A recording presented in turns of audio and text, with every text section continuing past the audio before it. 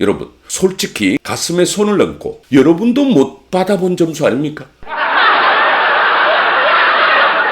이번엔 수능을 제대로 이해하는 이야기를 잠깐 하려고 그래요. 국어, 영어, 수학, 탐구 중에 영어는 자기 성적대로 그냥 등급이 나옵니다. 90점이면 1등급, 80점이면 2등급, 70점이면 3등급 이런 식이에요. 그런데 국어와 수학, 탐구는 상대평가이기 때문에 4, 7, 12, 17, 4, 7, 12, 17. 그래서 1등급은 4%, 2등급은 거기에서 7%를 더하고 3등급은 12%, 4등급은 17%를 더하면 됩니다. 그래서 4등급까지 이 숫자를 다 합치면 40%예요. 4등급까지가 40%예요. 수능을 50만 명이 본다고 치면 그러니까 50만 명 중에 4등급 몇 명 안에 들어야 될까요? 40%니까 20만 안에 들어야 4등급 되는 겁니다.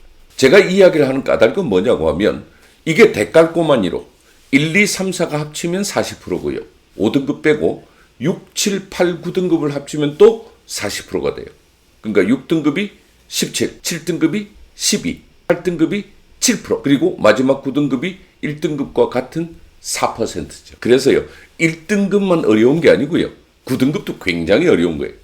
자, 그러면 1등급부터 4등급이 40%, 6등급에서 9등급이 40%니까 100%에서 빼면 나머지 20%가 한가운데 있는 5등급이에요. 그러면 여러분, 수능을 50만 명이 본다고 가정을 하면 시험도 보기 전에 정해져 있습니다. 뭐가요? 5등급 받는 학생은 20%니까 10만 명입니다. 그러면 4등급 받을 학생은 몇 명일까요? 네, 17%니까 50만 명 곱하기 0.17을 하면 8만 5천 명이 되는 거죠. 그런데 여러분들이 아이들한테 어떤 이야기를 하죠? 아이가 만약에 3등급, 3등급, 5등급, 5등급을 받아오면 일단 이 5등급부터 3등급을 만들으라고 아이들한테 훈계 아니면 부탁 아니면 강요를 합니다. 그런데 말입니다. 아까 5등급은 몇만 명이 받게 되겠다고 그랬죠? 10만 명이에요. 4등급은 8만 5천 명입니다. 그러면 5등급을 받은 이 아이에게 3등급을 받으라고 하는 이야기는 무슨 이야기가 되겠죠? 5등급이 10만 명과 4등급이 8만 5천 명을 합친 18만 5천 등을 올리라는 거예요. 한 달 만에 다음 모의고사 때까지 5등급이 3등급으로 가려고 하면 만약에 우리 아이 성적이 5등급 바닥이었다고 하면 3등급 바닥이 되는데 18만 5천 등을 한꺼번에 올려야 되는 거예요. 여러분도 못 받아본 점수 아닙니까? 자, 이 부분을 정확하게 이해하고 있다면 우리 아이에게 현실적인 이야기는 뭘까요?